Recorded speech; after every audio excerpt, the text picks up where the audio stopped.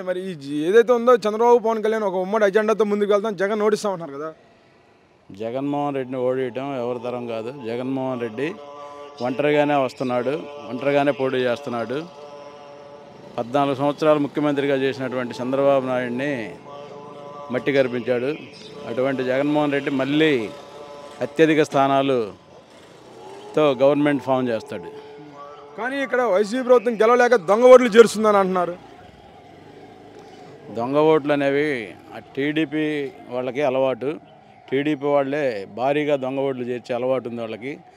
పోయిన 3 టర్ములు ముఖ్యమంత్రిగా చేసినప్పుడు తేపకు కొన్ని చేర్చుకుంటూ అట్లా వాళ్ళే అన్ని దొంగ ఓట్లు ఉన్నాయి. డబుల్ ఎంట్రీలు ఉన్నాయి, ఎవరైనా తీసేస్తున్నారు. అవి వైఎస్ఆర్ పార్టీ కానీ, తెలుగుదేశం పార్టీ కానీ, జనసేన పార్టీ, ఏ పార్టీ వాళ్ళు అయినా డబుల్ ఎంట్రీలు ఉన్న చోట అవి అందరి తీసేసేమని అందరికీ చెప్పారు.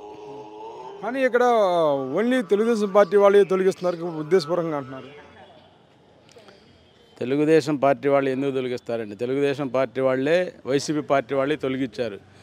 తలార్లపల్లిలో 200 ఓట్లు తొలగించారు. వెళ్ళి తలార్లపల్లి గ్రామంలో వాటర్ లిస్ట్ తీసుకొని ఇప్పుడు ఉంది అధికార పార్టీ వైఎస్ఆర్ పార్టీ. తెలుగుదేశంలో ఎట్లా తొలగిస్తారండి?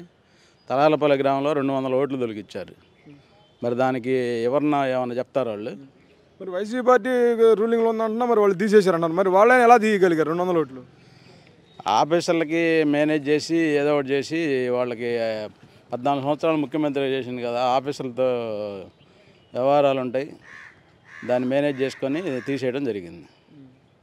మరి చెప్పండి, అయితే మరి ఇటువంటి పరిస్థితుల్లో ఇలా రాజకీయాలు ఎలా ఉన్నాయి? మరి జగన్మోహన్ రెడ్డి మరి ముఖ్యమంత్రి గెలుస్తారంటారా? జగన్మోహన్ రెడ్డి గారు 100% ముఖ్యమంత్రి అవ్వడానికి ఎటువంటి డోకా లేదు. ప్రజల మద్దతు జగన్మోహన్ రెడ్డి గారికి ఉంది. ఎస్సీ, ఎస్టీ, బీసీ మైనార్టీలందరూ కూడా జగన్మోహన్ రెడ్డి గారిని గెలిపించి ముఖ్యమంత్రిగా కూర్చోబెడతారు.